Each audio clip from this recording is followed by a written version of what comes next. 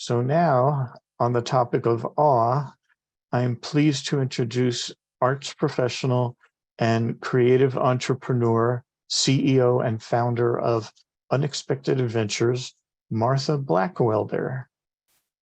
Thank you, Jeff. Thank you very much. It's a pleasure to be with you all tonight. This is a very exciting topic, and we're going to, in a second, I'm going to switch over to my slides, but I just wanted to say that it's a very exciting to share more about awe research, and I want to thank Jeff, Lori, Sean, everyone at Coming of Age, as well as Margot Pichata from Columbia University, who has worked with me on the neuroscience aspects of this talk, and also the Greater Good Science Center at the University of California, Berkeley, where I'll be pulling a lot of my information from.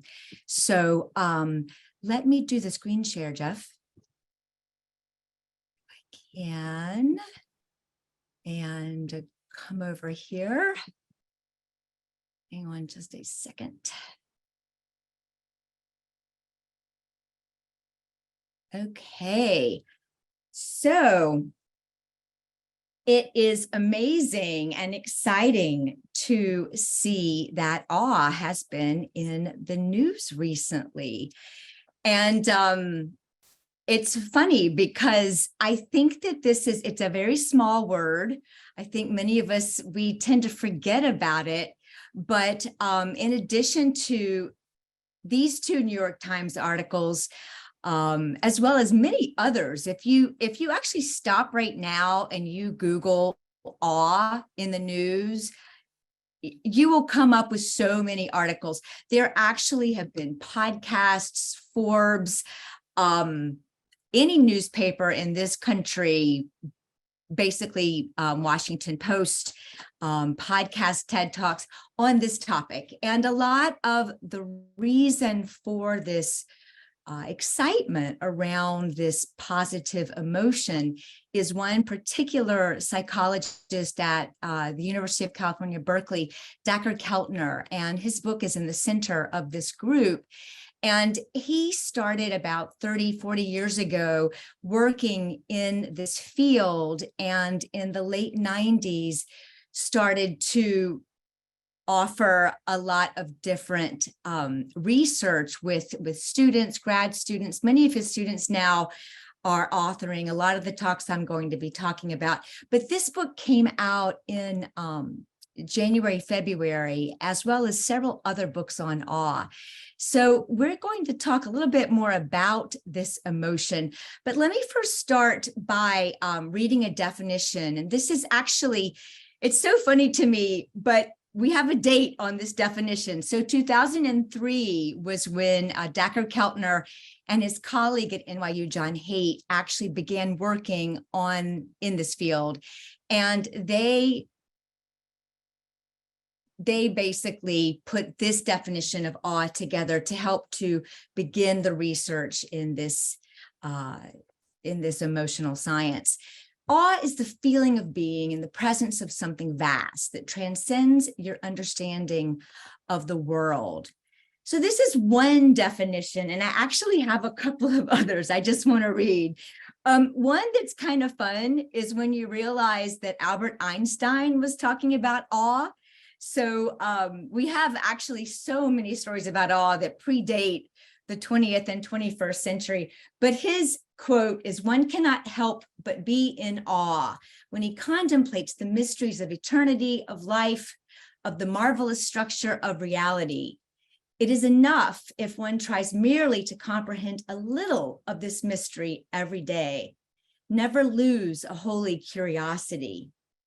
So awe is this really interesting feeling. And I think that if we stop for a second and try to remember the last awe experience that we had, it probably wasn't that long ago. Studies show that most people have 2 awe experiences a week.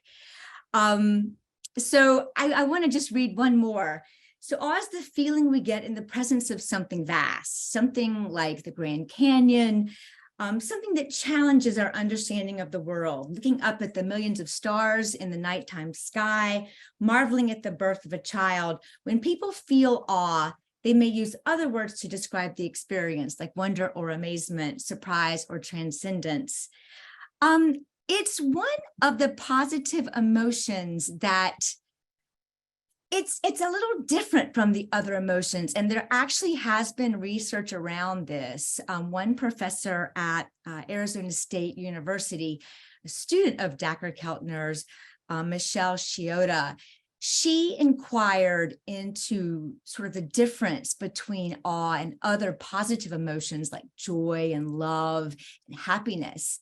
And what she found was that with so many of these emotions, they kind of lift us up. They increase our sympathetic nervous system, our fight or flight. They arouse us, where awe, in contrast, actually calms our fight or flight. It's a very different reaction in our body when we have moments of awe. When you stop and you think about facial expressions that are associated with the positive emotions, again, gratitude, joy, I was going to say courage, but that's not it. Gratitude, joy, amusement, we smile. But with awe, we tend to sort of lower our jaw, often our eyes light up. It's a very different facial expression. We often make different sounds, oohs and ahs when we are having an awe moment. So it is a little bit different. And I think another piece of it is when we experience awe, generally, we are recognizing that we are part of something larger than ourselves. So there's a humility that comes along with it. So I just wanted to take a minute and see if any of you out there in Zoom land want to type into the chat, when did you last experience awe? And what was it? Jeff, I'm wondering if you have an awe moment that you want to share.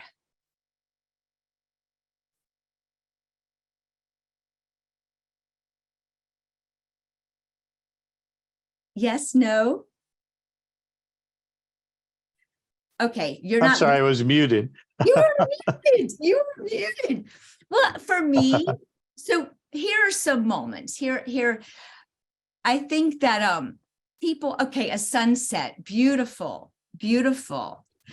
I was walking down my block, which is paved with decorative stones, and the roots of the trees are pushing the stones up. I see like, like a little mound like that you actually have to walk over because of the roots. And I thought, wow, these are powerful, right? No, it's crazy. Of course, there are many, many, many ways we can experience awe, whether it's through music, whether it's seeing a work of art for the first time, or being in an architectural space that's really powerful and uplifting. Maybe it's remembering a particular moment in time, a funeral or the birth of a child. So there are Oh, look in the chat. Look for some more. More awe. Yay. Okay, baby birds being oh my God, yes. Actually, someone shared with me, she said, I don't know how the same family of pigeons, I think they were pigeons, land on her fire escape. She said they seem to come back. How do they find my apartment? How do they find my fire escape? For me, the other day, I was just boiling water and the kitchen was kind of dark, and I noticed the steam and just this beautiful way the steam was sort of moving in this dark room. So there are lots of awe moments. And I think for me, one of the things I have to sort of confess is, why did I get interested in awe? I am not a scientist. I am actually trained as an art historian.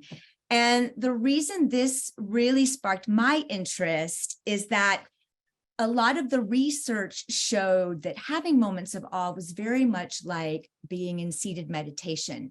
You could get the same benefit that years of sitting in meditation can provide. And this is just by cultivating awe, having a few moments of awe every couple of days, or ideally every day if you can. So you mean just in a moment, you can benefit from 30 minutes a day of meditation? Well, to from be moment of honest, I awe? mean, we can get into this if you want. I have, of course, actual science, but Yeah. what a lot of researchers say is that because of the calming effects on the body and the different chemical releases, and of course, quieting the default mode network, which is in essence kind of similar to the ego, self-referential thinking, by having these moments where we consider something that brings us awe, and we kind of take it in and frame it and have an inhale, exhale breath cycle. It's very good for our bodies, but it also resets our minds, because when we have that awe moment, we tend to get away from the to-do list and the I'm not enough and I've got to do more. And we calm down, and we kind of, in a way, we reset our minds. And in many ways, meditation is doing that mind resetting. So in that way, they're very similar, but you can activate an awe moment much faster. But you are responsible for doing it. You have to be proactive. Of course, you can have an awe experience that just pops up, but if you want to use it as a form of mindfulness, it's available. And so this is what got me excited. And this is why I decided to just dive in and learn about this, because I'd been thinking, again, as an art historian, specifically a Japanese art historian, I've been wanting people to slow down and notice things for years. And during COVID, I wanted people to slow, myself included, slow down and notice my senses. Because of course, when we're in our heads, thriving and striving, and, you know, we miss the day, we miss the weather, we miss a lot. We don't notice how things feel or smell or sound. And for me in particular, during COVID, I started walking in Central Park without sunglasses and without my earphones, because I wanted to be available. And so what cultivating awe helps us do is it helps us shift toward looking to be in the present moment and practicing being in the present moment. So when I first talked to Jeff about this, he wanted to hear more about the science. And so I said, okay, we will talk about the science. And it's kind of amazing. There's a lot of science. And every study that I mentioned today is on the web. I'm going to give you, here are the books. I guess I didn't show those earlier in the New York Times articles.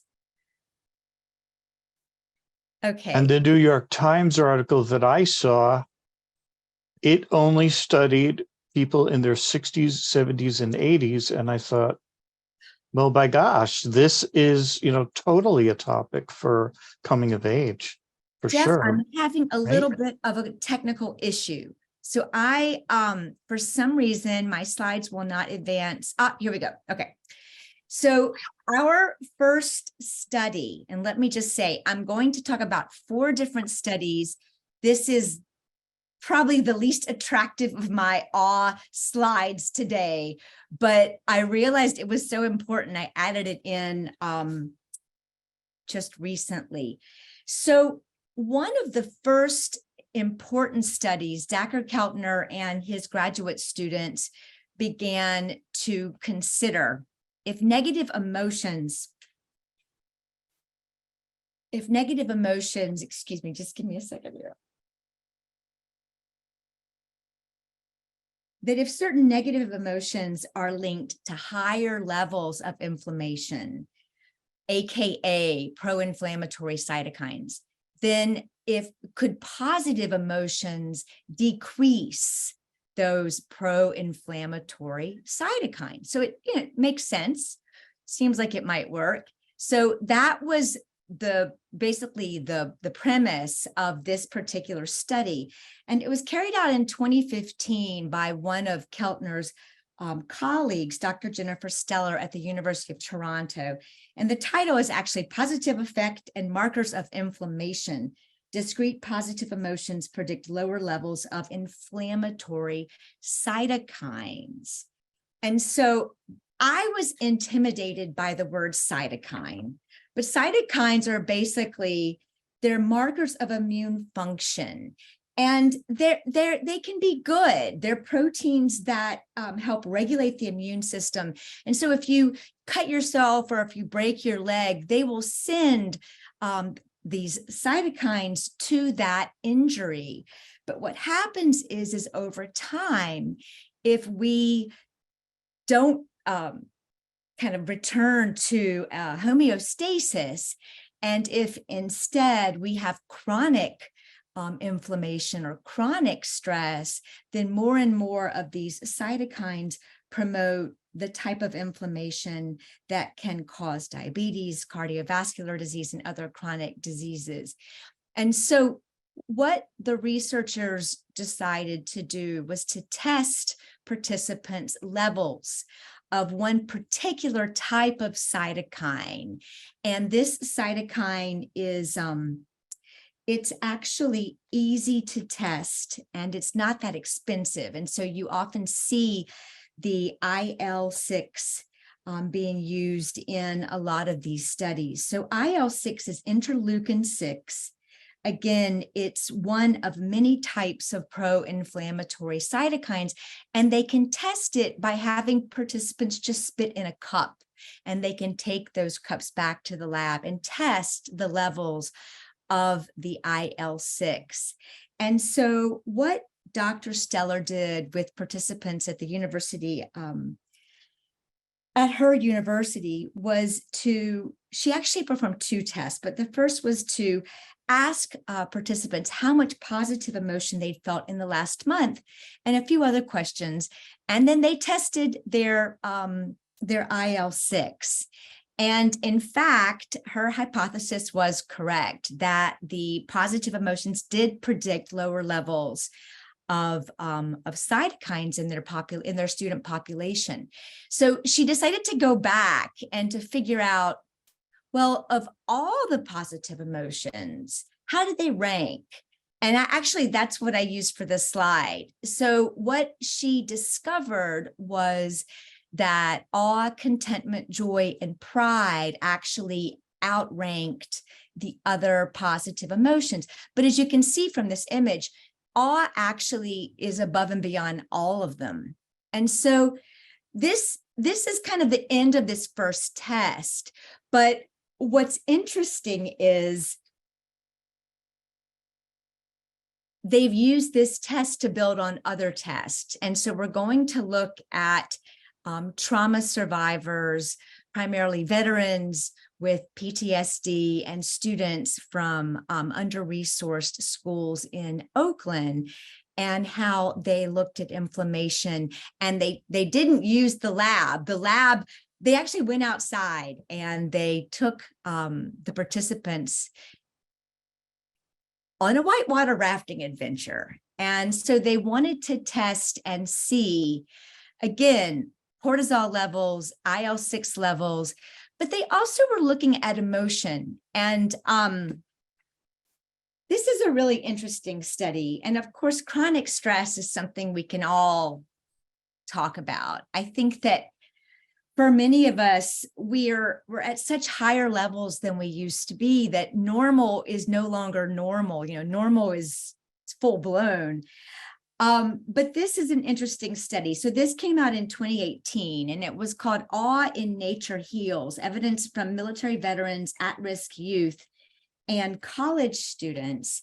And they suspected, because of the PTSD, that the high levels of inflammation in these groups would make the two groups comparable. So basically, they put them in the rafts. They strapped cameras on the rafts and on the participants' helmets because they wanted to watch the reactions. And then they put the two groups together in rafts. And again, they did test the IL-6 by having the participants spit in the cups. And they had their adventure. And it's a fun study. If you look on the Berkeley website, there's actually a great video where one of the vets talks about how just how trauma has really impacted his life. But they looked at stress hormones, other markers of immune function, as I mentioned, the video footage from the GoPros, and they also had the participants write in journals and to comment on their emotional well-being. So the results came back, and what they found 1 week after the trip was a 29% decrease in the post-traumatic stress disorder indicators, a 21% decrease in feelings of stress, a 10% increase in the social connections, and increases in life satisfaction and happiness.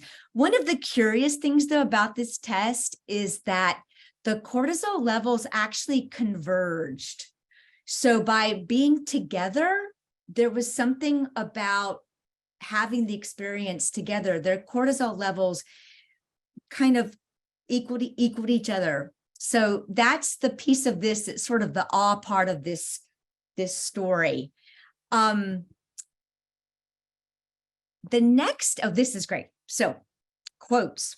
So one of the students gave a quote, and what he said was, there was a point today where I noticed everything. There was smoke rolling over the hills. I felt in awe. There was water cresting and breaking over the boat. I felt wonder. I felt peaceful.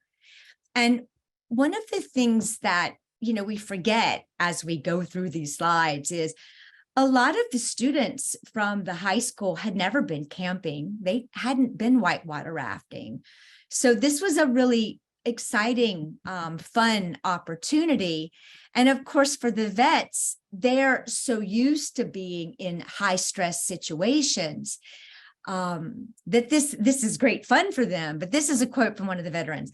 Looking up at the star-spattered sky, I thought about the universe and how infinite it is. It makes what I do feel less important, but the opportunity of what I could do more powerful and lightweight.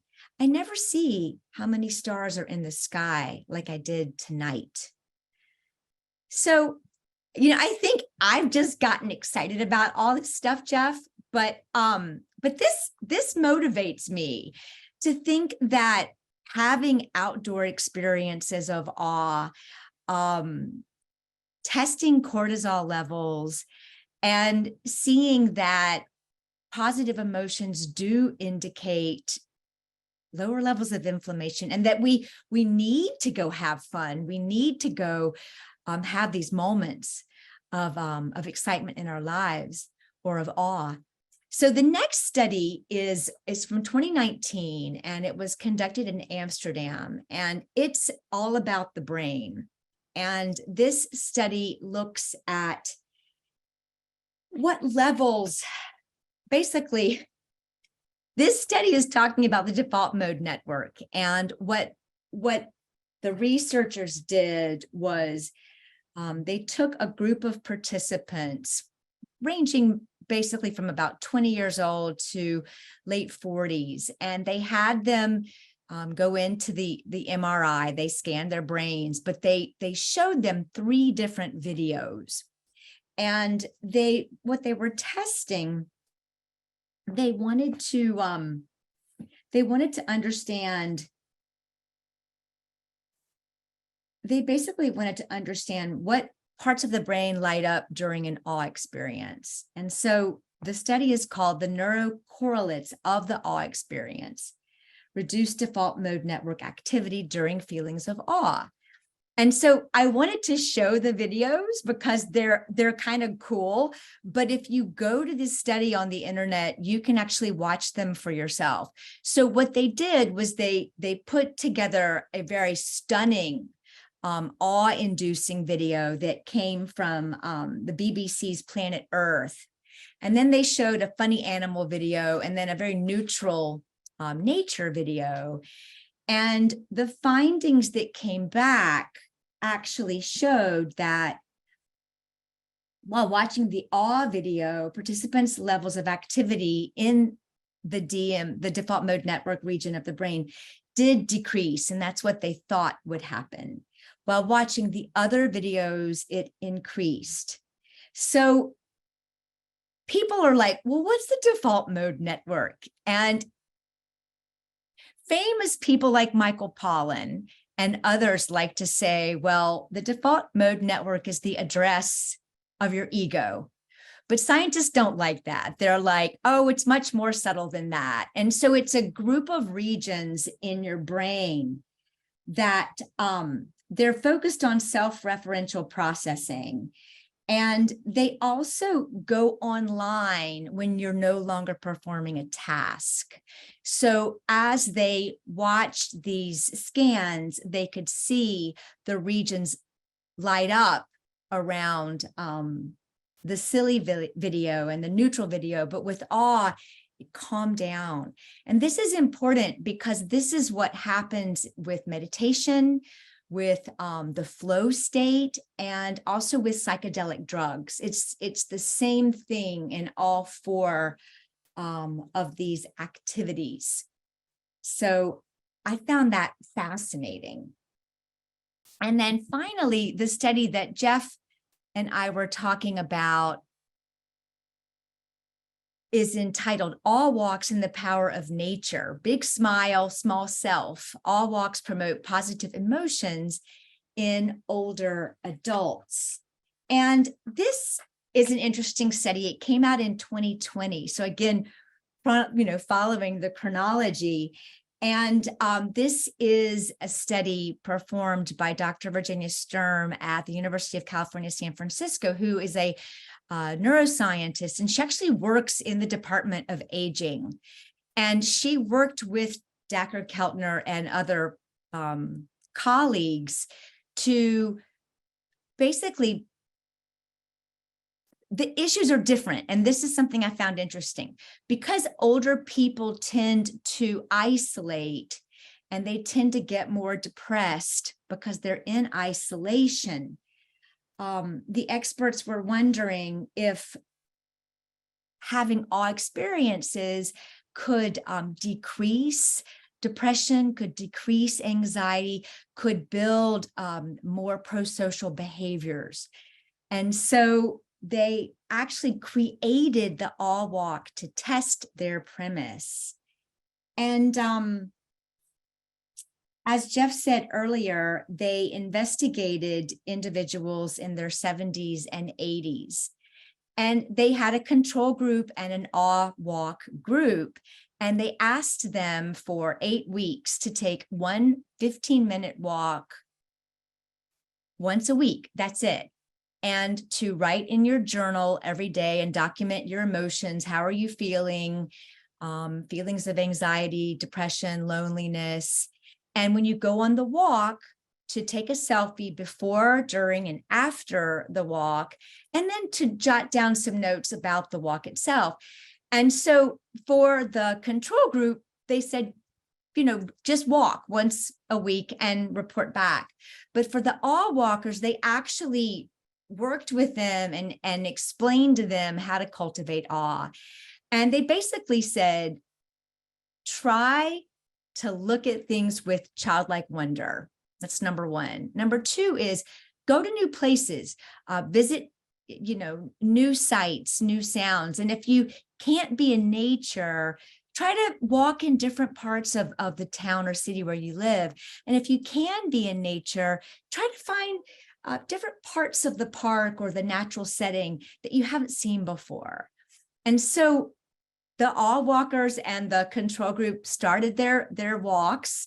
And what they found was that the awe walkers started to feel better. And they actually, it's really interesting because they reported feeling more positive emotion, and it just continued to increase every single week. It never plateaued. Where the control group, it was a different result. Let me get to my findings here for a second.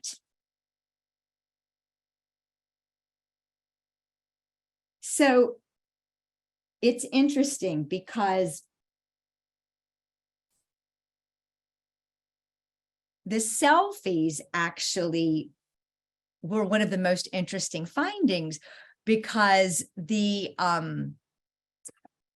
awe walkers, as the weeks went on, their face, their countenance became smaller and smaller and smaller, and nature began to fill the screen, where the control group, the image didn't really change.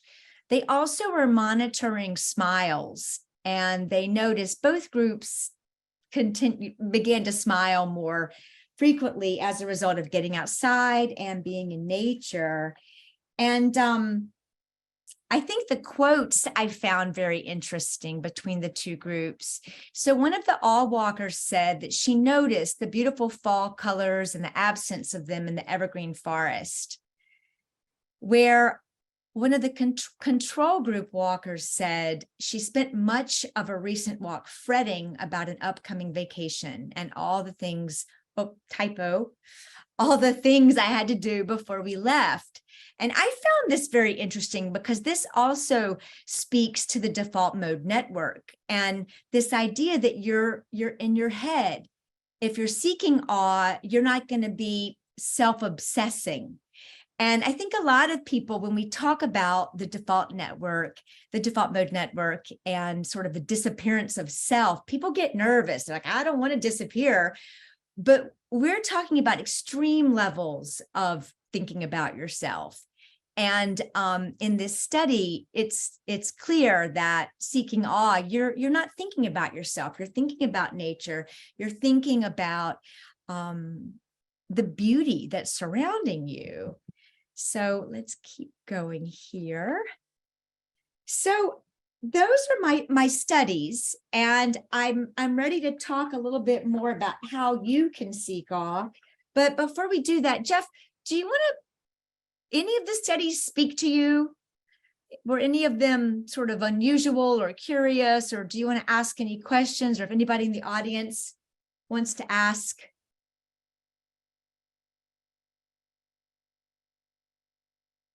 Yeah, well, one thing that I think was interesting as I just typed in Google, I typed all walks.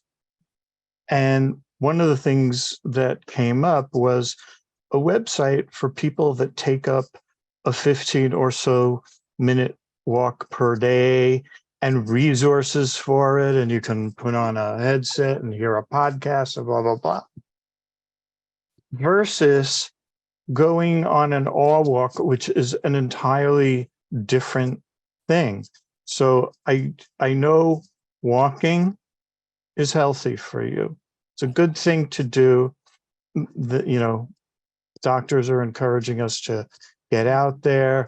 Don't just sit and eat a meal. One doctor told me, go for a walk after you finish your meal. It also helps with digestion. But all walks are totally different, because I can go on a walk and I could be thinking about, oh, what do I have to do next for work? What do I have to do around the house? Who do I have to call? It's a whole thing, Whereas if you're in the moment, it's a whole different experience. Martha had led a scavenger hunt with us called I forgot what we called it. Discovery. It was a discovery adventure tour. Yes. And we went to a part of Central Park that, as a New Yorker, I would think, oh, I've seen it all. I'd never seen any part of this park. I saw trees. I didn't know what they were called. I learned what they were called. Ginkgo trees grow in Manhattan, what they make tea with. Ginkgo tea. And yeah, the pills that you take. Yeah. And I saw waterfalls. And Central Park has waterfalls. Yeah. I mean, it was just an amazing experience. And that's one of the things that Martha does. Yeah. Well, I think this is why the All Walk was exciting to me, because and Jeff, I have to be honest, I use these tools on myself, because sometimes I'm in such, I can't stop obsessing about whatever drama of the, whatever drama du jour is happening. And I will go out in the park and I have to really get present. And I think the thing is that we all have these issues. We all can get very into our own dramas, and yet nature is there for us. And what I do notice is when I'm really, really aware, boom, I can see a crane, boom, a woodpecker, boom. And a lot of it is it's just starting to slow yourself down, and we can all do it. It's not like you need, a passport or money. Like we all have the capability, but we sort of have forgotten how, or maybe we never really learned in the first place. Let me read this. Or we grew up or something, because adults think differently than children. It's not a new experience. Right. Someone wrote a really good question here in the chat. So does an all walk yield more positive results when walking alone or with someone? Well, so it's a very good question. And let me also just say, in the all walk study, they were not walking as a team. I first imagined when I read the research that there was like a group and then a group. They were just going on their own. Studies show that sharing awe experiences is a great way to experience awe. So if you're walking with another person, I'm going to say that it could either be wonderful or it could not be wonderful, because the person needs to be on the same page with you seeking awe. And so if both of you are committed to trying to be in the present moment and seek awe, and you can share your awe experiences, it's a beautiful thing. But I would say when we first start out, it's good to really be aware of yourself and to start noticing for yourself. And that's why on the all walks that I do, we walk on our own and we come back and we do some sharing. Again, it's wonderful to have an all walk with another person. I have a friend, a Japanese friend, and we love to geek out on all the awe moments that we're having. But, you just have to be aware that you don't want to shift back into judging, because anytime you start judging or assuming, and what I mean by that, it's like what Jeff said, waterfalls in Central Park, trees, that when we stop the childlike wonder, we sort of get out of that place of being present or being more open to receiving awe or awe moments. So I think it's something to try by yourself and with another person, but it's really good for you to begin to experiment on your own as well. Yeah, but it's a great question. Great question. So Jeff, what were we were talking about? Oh, the scavenger hunt. It's interesting because the scavenger hunt, my goal was to get people to play. And I realized, or just to relax and have fun. But the truth is, I love play and fun, but I also am very interested in mindfulness and slowing down and getting in your body. And of course, when you're playing, you're in your body. But this is sort of the other side of the coin. You could even say the other side of the nervous system, because this tends to calm, where the playing, I mean, clearly when you're performing a song, your sympathetic nervous system is aroused. You're not calm. But both are meant to help you be more present. And that's really my goal. So, but I think also an important thing is just that you can have awe in your kitchen. You can have awe, you can have an experience pretty much anywhere, and everyone determines their own awe. There isn't like an awe meter that we have to follow. You can determine how much awe something has for you on your own awe meter. Oh, right. So if you're not in a living near nature, or you're in an urban environment, there are other things. There's architecture, Absolutely. restaurants. When you're doing your own cooking, you can have your awe moments, just seeing how the ingredients combine and, you know, how they react to the heat on the stove. It's It is interesting. pretty interesting to, I mean, it sounds just cooking, right? it's funny because one of the other people who wrote an awe book that came out around the same time as Dacker's, I love their book too. They actually are talking about practicing the cultivation of awe.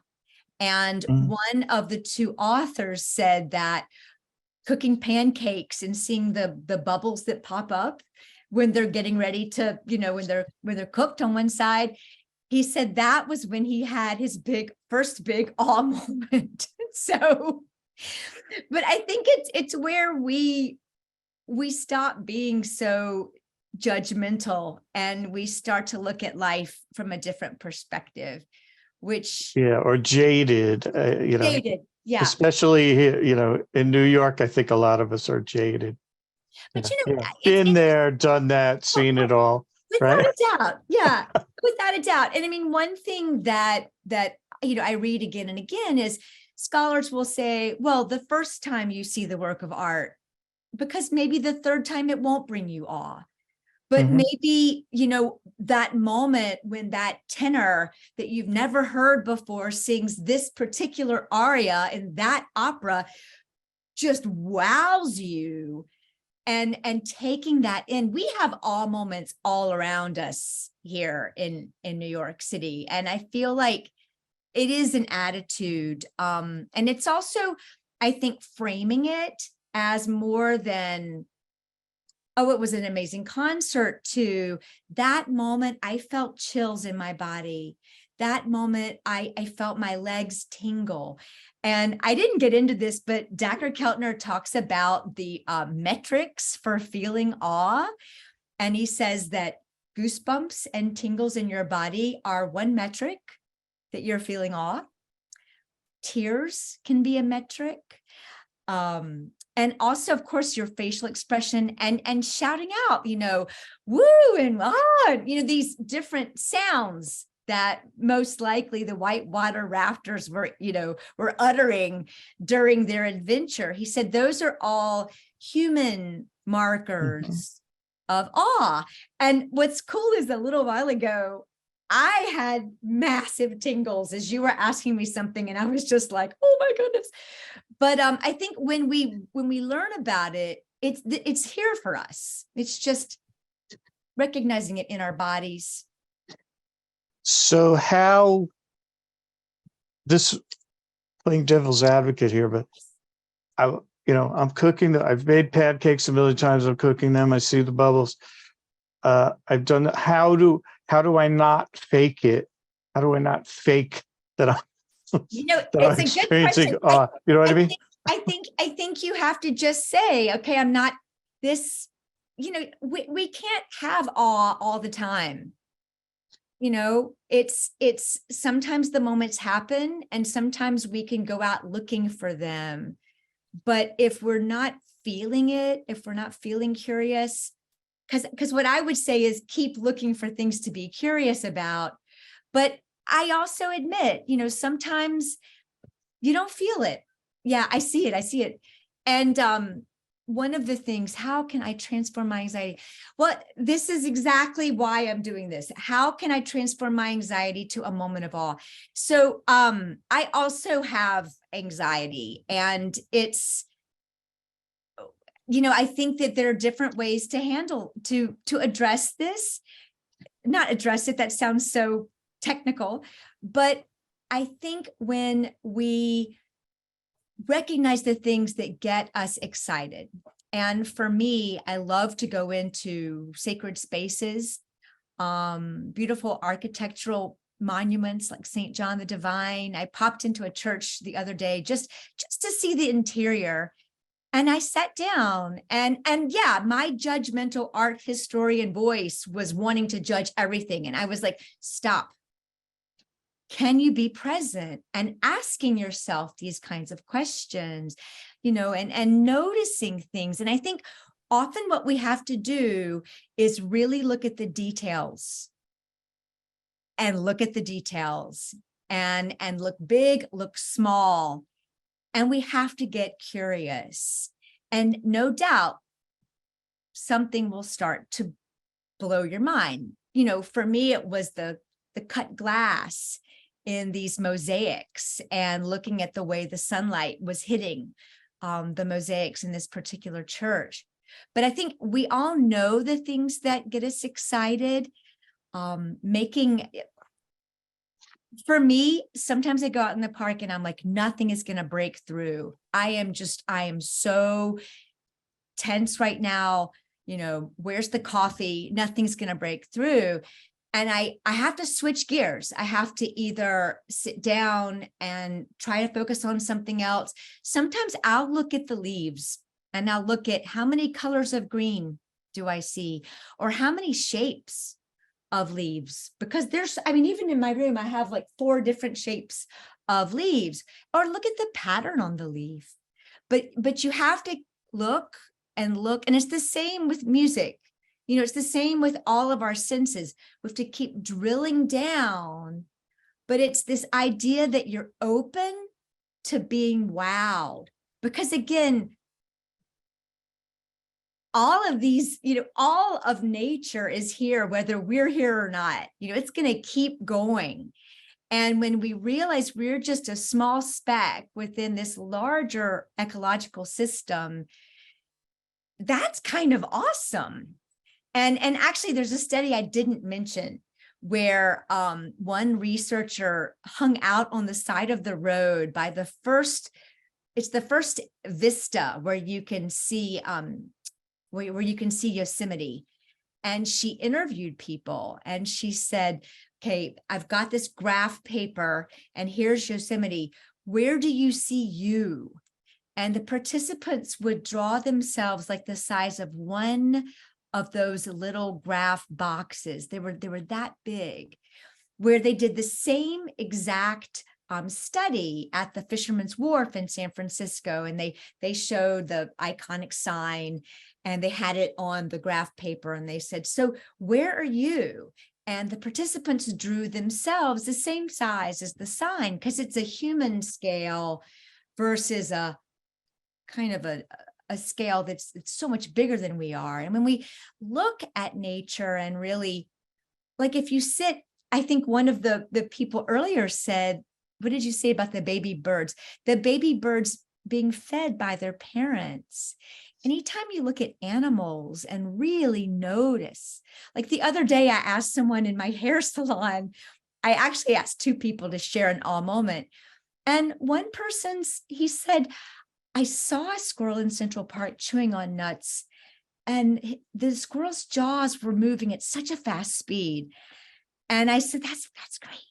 So I was telling that story to someone, and that person, my friend goes, that guy doesn't get out enough.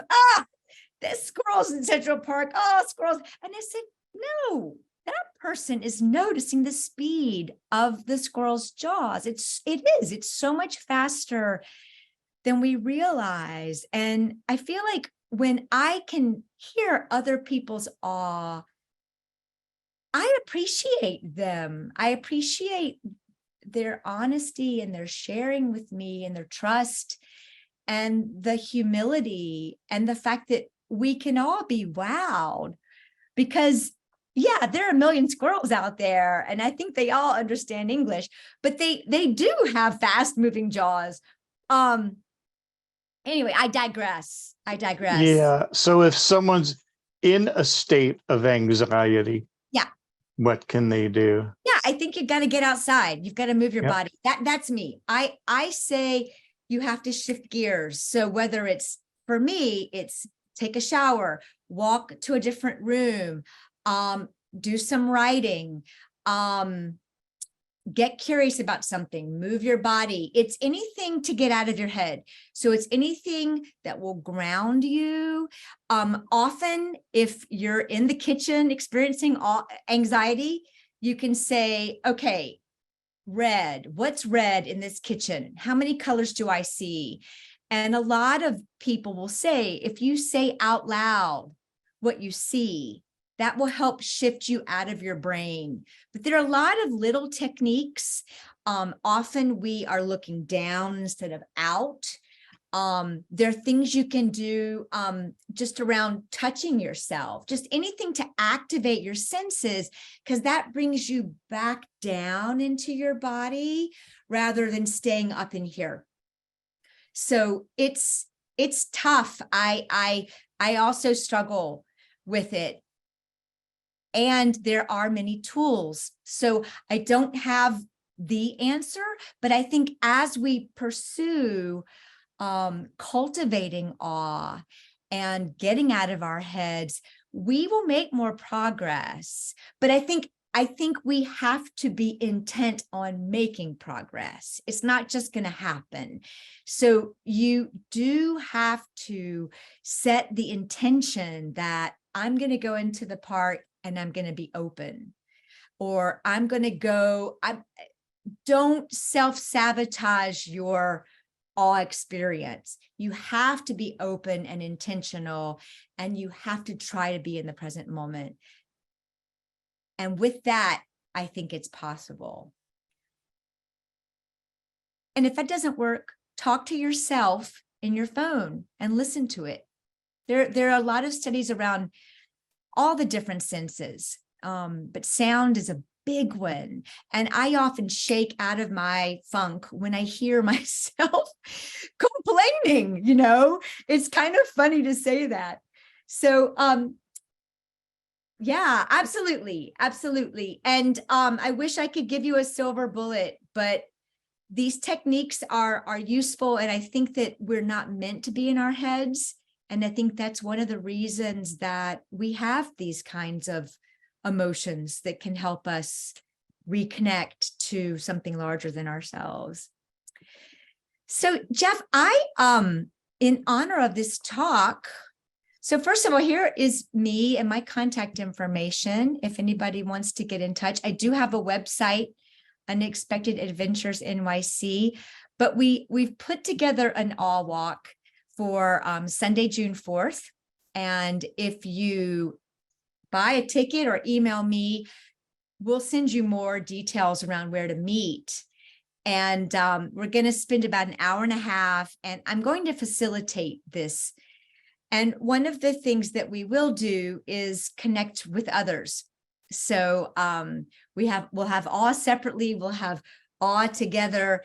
And studies also show that when you share and build community, you do feel more connected, and that does support pro-social emotions. And it just makes you feel better when you feel understood and connected to other humans, other human beings, not doings.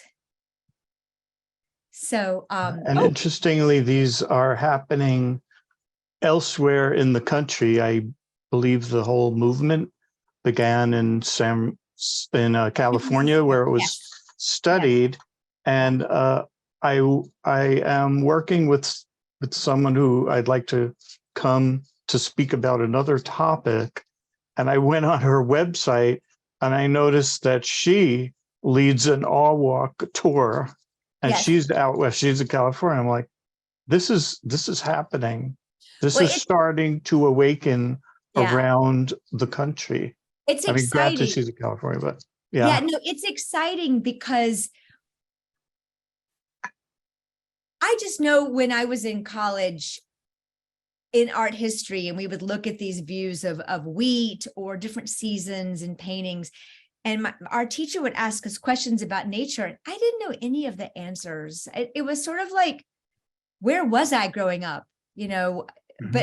But being out in nature, noticing the changing of the seasons and appreciating it, I think it does enrich your life. And I think that people are more interested after COVID in finding ways to feel more alive.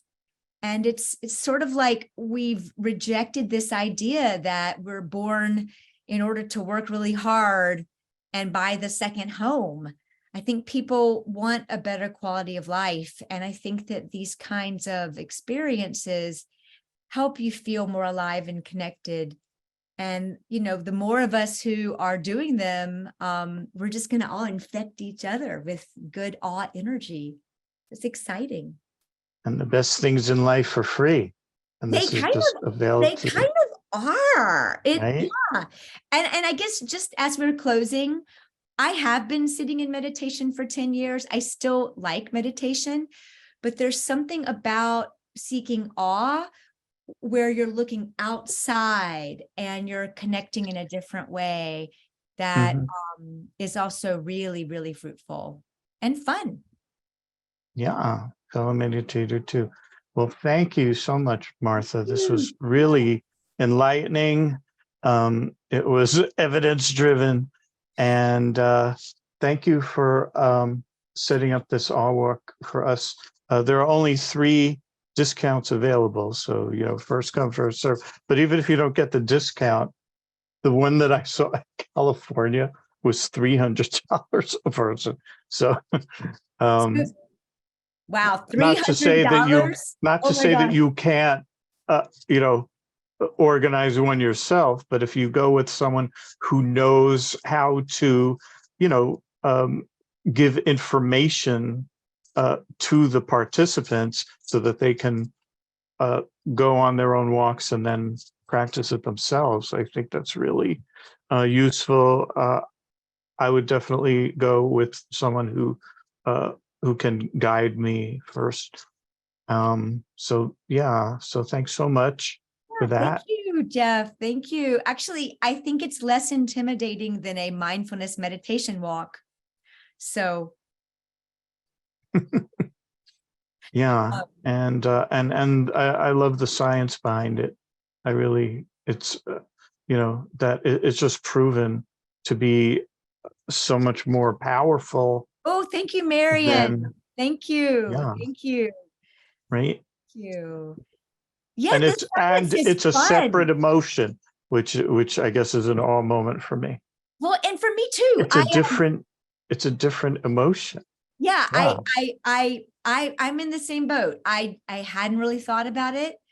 And I will say that the author, I'm switching gears here, but Dacher Keltner lost his brother to colon cancer as he was writing.